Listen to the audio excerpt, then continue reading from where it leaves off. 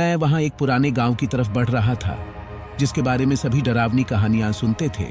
रात के अंधेरे में, पेड़ों की छाया में, गांव के गलियों में चलने का मन नहीं कर रहा था। लेकिन मेरी कुर्सी आनंददायक नहीं थी और मैंने फैसला किया कि गांव का अद्भुत रहस्य खोजने का समय आ गया है। मेरा परिवार मुझे अनुमति नहीं देना चाहता था, लेकिन मेरा उत्साह न तो किसी आधिकारिक मनुष्य को रोक सकता था और न ही किसी पुरानी कहानी की डरावनी छाया। गांव के अंदर प्रवेश करते ही मेरा मन ठंडा पड़ गया। गांव एकांत हो रहा था और खाली सड़कों पर सिर्फ आंखों के सामने बिजली की रोशनी थी।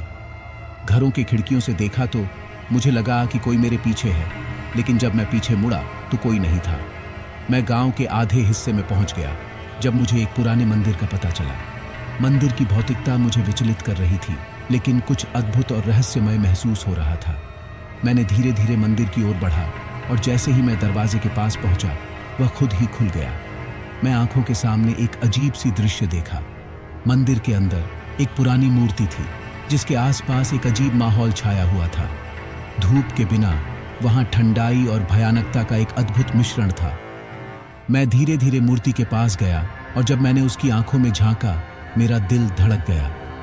मूर्ति की आंखें चमक रही थीं और मुझे लगा कि वह मेरी आत्मा को गहरी खोज में ले जा रही है। तभी मैंने एक आवाज सुनी। कौन है? यह आवाज थी और मेरे हृदय को एक और झटका लगा। मैं फिरोजे में घबरा गया और मैंने ध्वनि की ओर मुड़कर देखा। वहां मंदिर के दरवाजे पर एक पुराना आदमी खड़ा था। उसकी आंखें लाल थीं और उसके चेहरे पर एक अद्भुत हंसी थी। मेरे शरीर में ठंड दौड़ गई और मैंने भागने का निर्णय किया। मैं गांव से बाहर भागते हुए मैंने महसूस किया कि कुछ गांव की कहानियां वास्तव में सच होती हैं और शायद वह पुराना आदमी जो मंदिर के दरवाजे पर खड़ा था, उन्हीं की कहानी का हिस्सा था। गांव से दूर भागते हुए मैंने एक विचार किया।